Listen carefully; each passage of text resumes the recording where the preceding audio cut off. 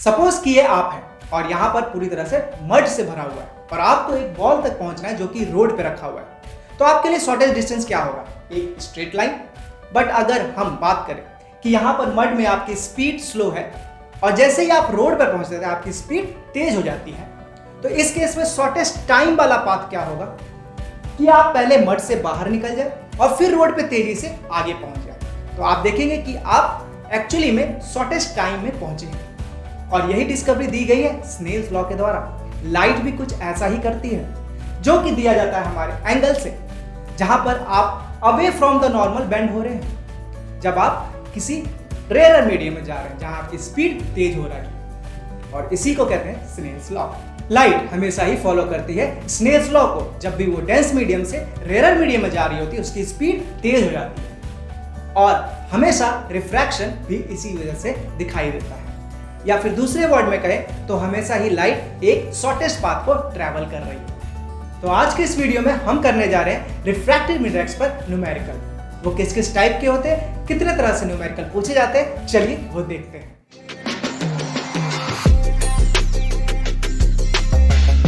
तो सबसे पहले बात कर लेते हैं हमारे फर्स्ट टाइप के न्यूमेरिकल की, जो कि होता है एब्सोल्यूट रिफ्रैक्टिव इंडेक्स पर, जिसका फॉर्मूला होता है C/V, जहां पर C है हमारा speed of light in vacuum जो कि मैक्सिमम होती है, और दूसरा V है हमारा speed of light in that particular medium जिसका हम रिफ्रैक्टिव इंडेक्स निकालने जा रहे हैं। तो इस फॉर्मूले पे कैसे न्यूमेरिकल आते हैं, चलिए हमारा पहला न्यूमेरिकल उस पे लेते हैं। तो ये आ गया हमारा पहला न्यूमेरिकल, जो कि क्या कह रहा है, आप ध्यान से इसको पढ़िए और समझने की कोशिश कीजिए। The speed of light in a medium is 1.5 into 10 to the power 8 meter per second.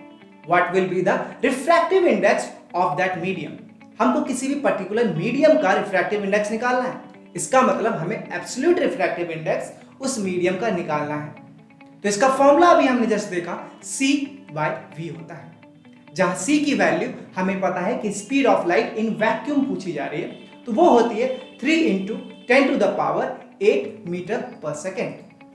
ये वैल्यू पुट करने के बाद आप हमारी speed in that particular medium put कर सकते हैं, जो कि है 1.5 into 10 to the power 8 metre पर second.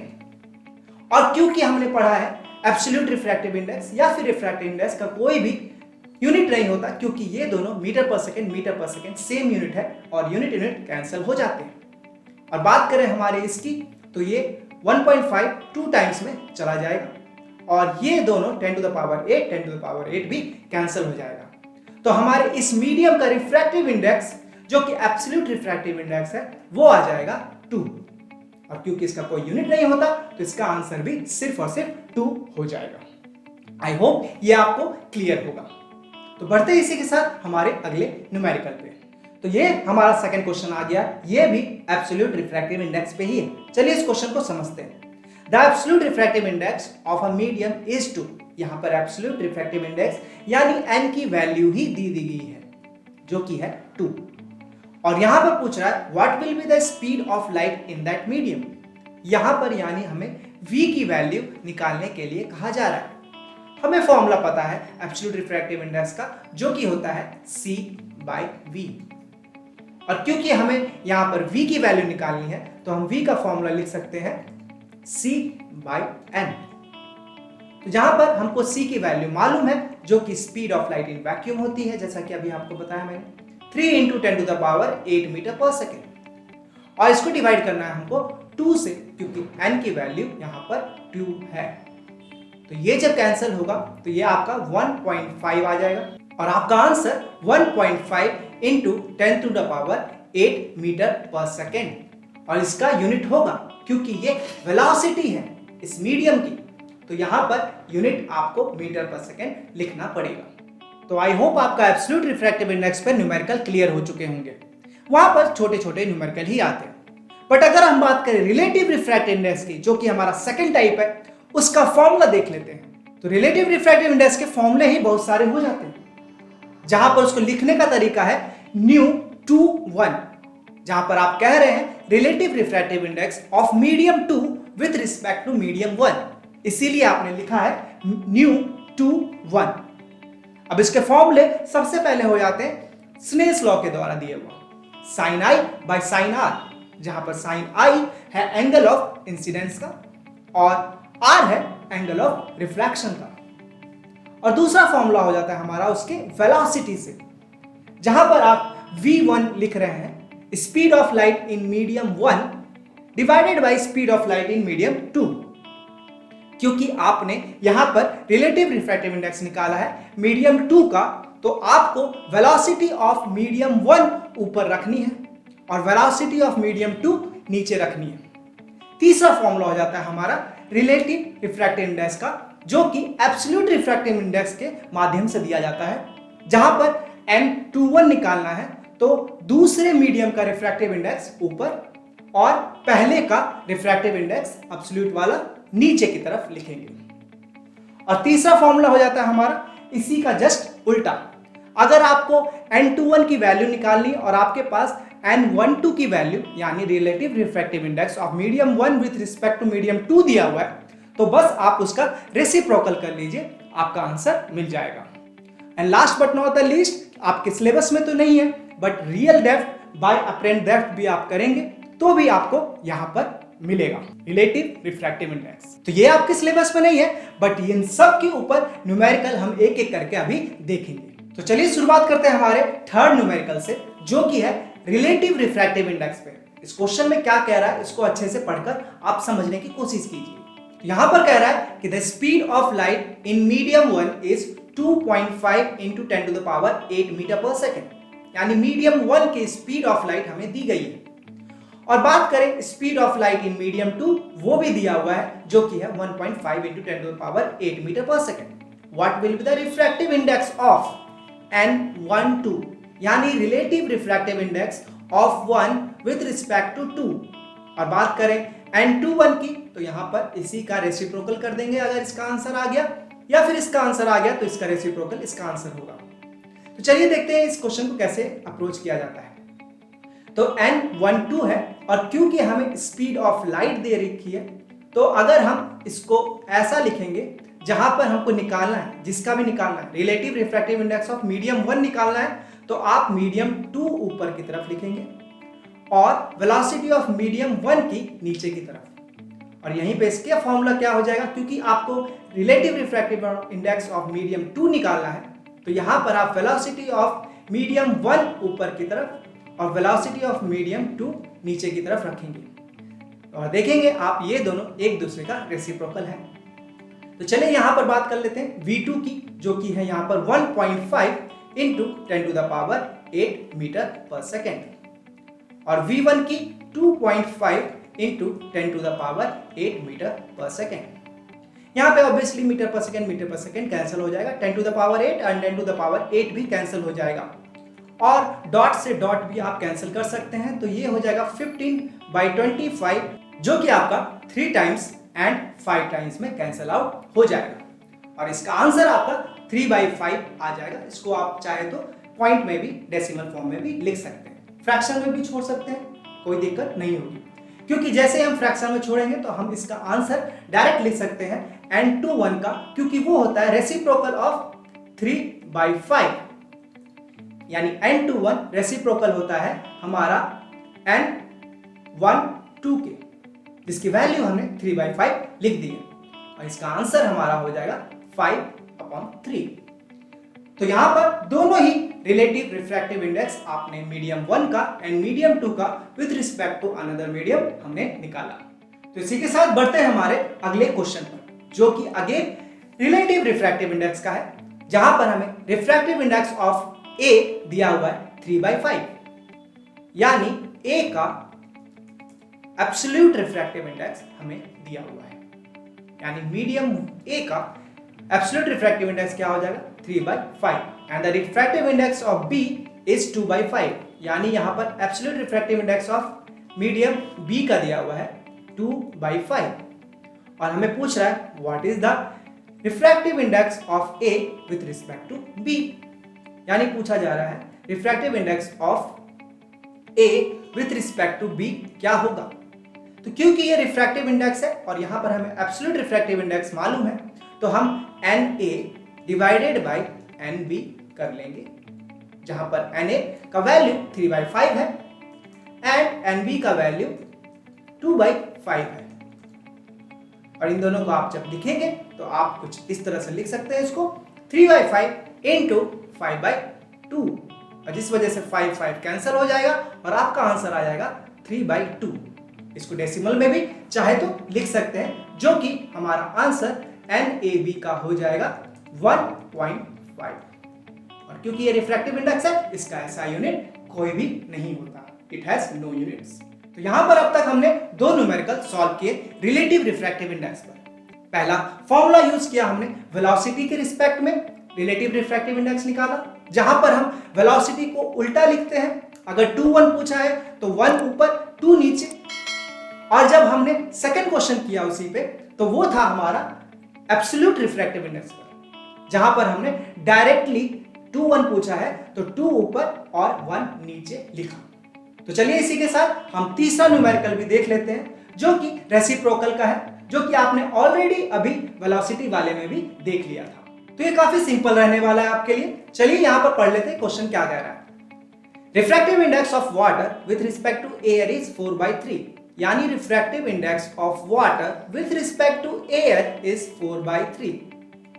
What will be the refractive index of air with respect to water? Just इसका उल्टा पूछा जा रहा है, तो आंसर भी जस्ट इसका रेसिप्रोकल हो जाएगा, जो कि हो जाएगा आपका 1/4/3, जो कि करेंगे आप तो डायरेक्टली आप 3/4 लिख सकते हैं, जो कि आप चाहे तो इसको पॉइंट में भी लिख सकते हैं, जो कि हो जाएगा 0.75।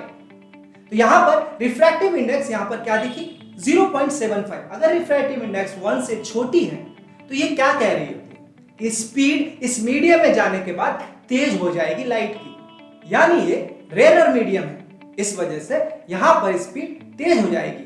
देखिए एयर जो है वो रेयर मीडियम है कि नहीं, with respect to water it's a rare medium, इसीलिए हमारा वैल्यू 0.75 आया। और अगर इसकी वैल्यू अगर आप डेसिमल में देखना चाहें तो वो हो जाएगी 1.33, जो कि एक्चुअल वाटर का रिफ्रैक्टिव इंडेक्स है। Absolute refractive index of water 1.33 ही होता है। इसका मतलब वहां पर स्पीड ऑफ लाइट स्लो हो जाती है, क्योंकि रिफ्रैक्टिव इंडेक्स यहां पर 1 से ऊपर आया है। अगर 1 आया तो इसका मतलब क्या है कि उनका स्पीड चेंज नहीं हुआ, स्पीड सेम रह गया। तो I hope relative refractive index के सारे फॉर्मूले आपको समझ में आ गए। बट सबसे इंपॉर्टेंट फॉर्मूला आ जाता है हमारा स्नेल्स लॉ का। रिलेटिव रिफ्रैक्टिव इंडेक्स में ही स्नेल्स लॉ का सबसे इंपॉर्टेंट फॉर्मूला माना गया है, जो कि sin I by sin R से होता है। तो चलिए उसके ऊपर भी देर क्यों, इसका भी न्यूमेरिकल हम सॉल्व कर लेते हैं। तो यहां आ गया आपका सबसे पहला क्वेश्चन, जो कि कह रहा है, अच्छे से इसको ध्यान से पढ़िए। If the angle of incident is 60 degree and the angle of refraction is 30 degree, then find the refractive index of that medium. तो हमें फॉर्मूला पता चल चुका है कि यहां पर लगाना है स्नेल्स लॉ का फॉर्मूला, जो कि होता है sin I upon sin R, जहां पर I एंगल ऑफ इंसिडेंट है जो कि 60 डिग्री है, तो हम लिखेंगे sin 60 degree, and angle of refraction जो कि 30 डिग्री दी हुई है, तो हम लिखेंगे sin 30 डिग्री। अगर इन दोनों की वैल्यू आपको नहीं पता तो ये पता होनी चाहिए आपको। यहां पर वैल्यू डालने के बाद ही आपको आंसर मिलेगा, बिना वैल्यू के आंसर बहुत सारे बच्चों ने मिस्टेक किया हुआ है। देखा है मैंने, साइन बाय साइन कैंसिल कर दिया और उन्होंने 32 जब 60 रिलेटिव रिफ्रैक्टिव इंडेक्स 2 लिख के आंसर छोड़ दिया। तो यहां पर मैं आपको साइन की वैल्यूज लिख देता हूं, आप इस टेबल को रिफर कर सकते हैं। ये डिग्रीज होंगी आपकी, sine 0 degree, sine 30 degree, 45 degree and 60 degree and last 90 degrees. इन सब की वैल्यूज अगर आप साइन की बात करें 0 डिग्री पे तो होती है 0, फिर 1/2, 1/√2, √3/2 एंड 90 पे होती है 1। तो इन्हीं वैल्यूज से आप यहां पर अभी वैल्यू पुट करेंगे। साइन 60 होती है √3/2 और साइन 30 1/2। तो आप जब इसको देखेंगे तो ये कैंसिल हो जाएगा, आपकी वैल्यू आएगी √3, जो कि एक्चुअली में अगर आप डेसिमल में लिखना चाहते हैं तो 1.7 के आसपास आप छोड़ सकते हैं। तो रिफ्रैक्टिव इंडेक्स यहां पर ये निकल के आया 1.7। तो इसी के साथ हम आ गए हैं हमारे अगले न्यूमेरिकल पर, जो कि अगेन स्नेल्स लॉ पर ही बेस्ड है। तो यहां पर क्या क्वेश्चन कह रहा है, the refractive index of medium is √2। यहाँ मीडियम का रिफ्रैक्टिव इंडेक्स ही ऑलरेडी दिया हुआ है और एंगल ऑफ इंसिडेंट 45 डिग्रीज ये भी दिया हुआ है और हमें फाइंड करना है एंगल ऑफ रिफ्रैक्शन को। तो इसका फॉर्मूला ऑब्वियसली क्या होगा, हमारे रिफ्रैक्टिव इंडेक्स का formula sin I by sin R। तो ये फॉर्मूला हमको ऑलरेडी पता है और यहाँ पर जो वैल्यू पता है वो हम लिख लेंगे। यहाँ पर √2 हमारी रिफ्रैक्टिव इंडेक्स की वैल्यू और sin I यानी sin 45 की यहाँ पर वैल्यू डालेंगे डिग्रीज में, और हमको sin R नहीं पता तो हम sin R as it is लिख देंगे या फिर sin थीटा भी आप लिख सकते हैं। तो इसके बाद अगर हम इसकी बात करें तो इसका फॉर्मूला क्या बन जाएगा हमारा, sin R equal to sin 45 जिसकी वैल्यू होती है 1/√2 डिवाइडेड बाय हमारा √2। तो यहां पर ये √2 डिनोमिनेटर में चला जाएगा और ये √2 टाइम्स होता है हमारा 2, तो यानी sin R equal to value आ जाएगी हमारी 1/2। यहां पर एक्चुअली आपको R निकालना है क्योंकि एंगल पूछा जा रहा है ना कि sin R का वैल्यू। तो ऐसा कौन सा वैल्यू है जिस पे sin R 1/2 आता है, तो ये आता है 30 डिग्री पर, यानी sin 30 होता है हमारा 1/2, इसलिए एंगल ऑफ रिफ्रैक्शन हमारा क्या हो जाएगा 30 डिग्रीज। तो ये इसका आंसर हो जाएगा। तो आई होप आपको रिफ्रैक्टिव इंडेक्स के न्यूमेरिकल अच्छे से क्लियर हो चुके होंगे स्नेल्स लॉ के भी। और इसी के साथ हम बढ़ते हैं हमारे थर्ड टाइप के केस में, जहां पे एक स्पेशल केस है जहां पे 3 मीडियम में लाइट ट्रांसफर हो रही होती है और इसी पे थोड़ा कंफ्यूजन भी होता है क्योंकि इसका फॉर्मूला थोड़ा सा अलग है। इसका मैं आपको तरीका ही बताऊंगा और इसके ऊपर न्यूमेरिकल भी हम सॉल्व करेंगे। तो इस केस का फॉर्मूला हमारा बन जाता है ये, जहां पर एक्चुअली में आपको 3 मीडियम में लाइट ट्रांसफर होती है और आपको किसी 2 मीडियम की वैल्यू पता होती है और आपको पहले मीडियम से तीसरे मीडियम के बीच का रिलेशन बताना होता है। तो चलिए इसके ऊपर न्यूमेरिकल करेंगे तो आपको ये फॉर्मूला भी समझ में आ जाएगा। तो यहां पर कह रहा है respective index of water and benzene with respect to air is 1.33 and 1.5। तो यहां पर हमारा वैल्यू जो दिया हुआ है वो क्या दिया हुआ है, किसका, पहले वाटर का दिया हुआ है।